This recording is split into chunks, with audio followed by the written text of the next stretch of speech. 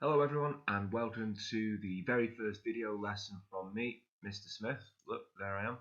And this video lesson is going to be 3 short videos that are going to talk you through one question related to Macbeth that you'd find in the English Literature Paper 1, which is Shakespeare in the 19th century novel.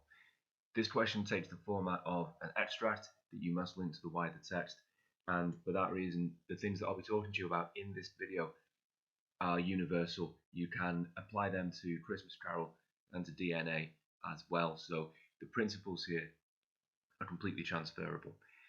This question is based on the previous homework that you were set on GCSE Pod, and I'm going to be setting that question again after you've seen these videos, and we'll be looking at how you've improved based on the advice and the help that I've given you here today. So pay attention, make notes, pause the video if you need to at any point. If you need to go back over this while you're answering the question later on, do that. I've tried to design this to be really straightforward and easy for you to get as much as you want out of it. So we'll begin by having a look at the mark stream, and here it is. I've chosen level 4 as our example here, and the reason I've done that is that this is really the benchmark. If you're not consistently achieving level 4 in your answers, then that's your goal.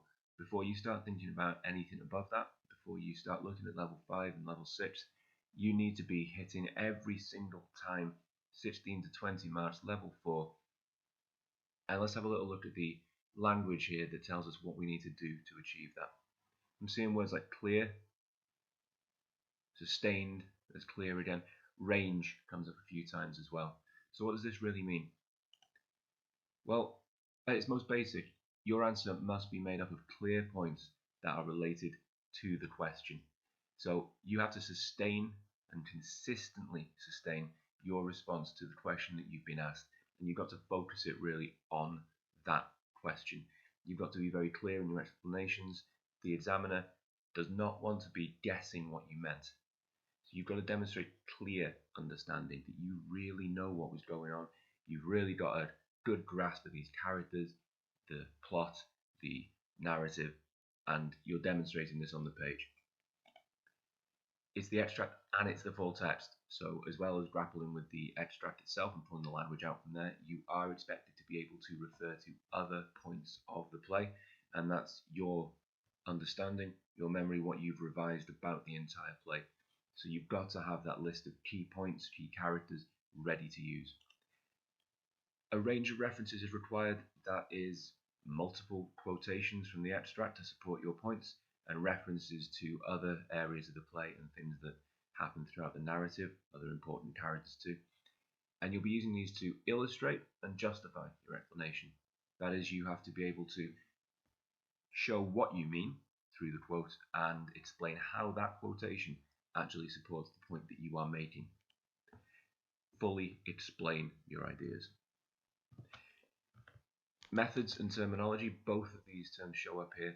Remember that they're different. Methods are the big things that the writer is doing, things like imagery, things like character actions, whereas terminology comes down to word and phrase level. Useful terminology though, please. Don't just go, oh look, there's a noun. That's no use. It has to be specific keywords and phrases that directly contribute to the answer that you are giving. And I'll go into that in a little bit more detail when I look at the extract itself.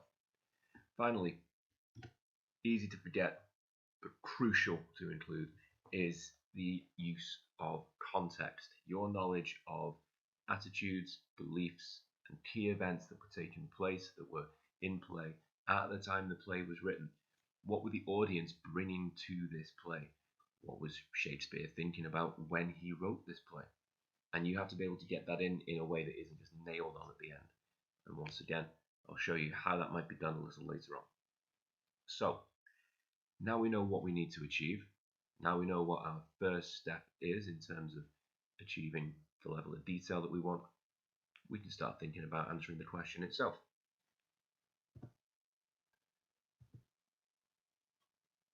Starting with this speech, explain how far you think Shakespeare presents Lady Macbeth as a powerful woman. This is the question that I must focus my entire answer on. And so before I even start thinking about this, before I start planning it, before I start pulling the extract apart, I'm going to make sure I fully understand what this question wants from me. And immediately I can see two keywords that I'm going to have to make sure I understand both separately and together. Powerful is the first one. What does it mean to be powerful? Where does power come from? I'm thinking about and using my own experience, things I've learned. I've got my knowledge of the play, I've got my knowledge of the world. When it comes to being powerful, status and rank give power. The king of the country is more powerful than a commoner in the street. Physical power, the ability to fight, to overpower somebody else, to use your physical being to do things, can also grant power. Look at Macbeth at the start of the play. Emotional strength, the ability to endure difficulty, to do things other characters wouldn't. And mental strength, which is linked but not quite the same, but that might be the intelligence, it might be willingness to think of things that other characters aren't. All of these things make people in real life powerful, make characters in stories powerful.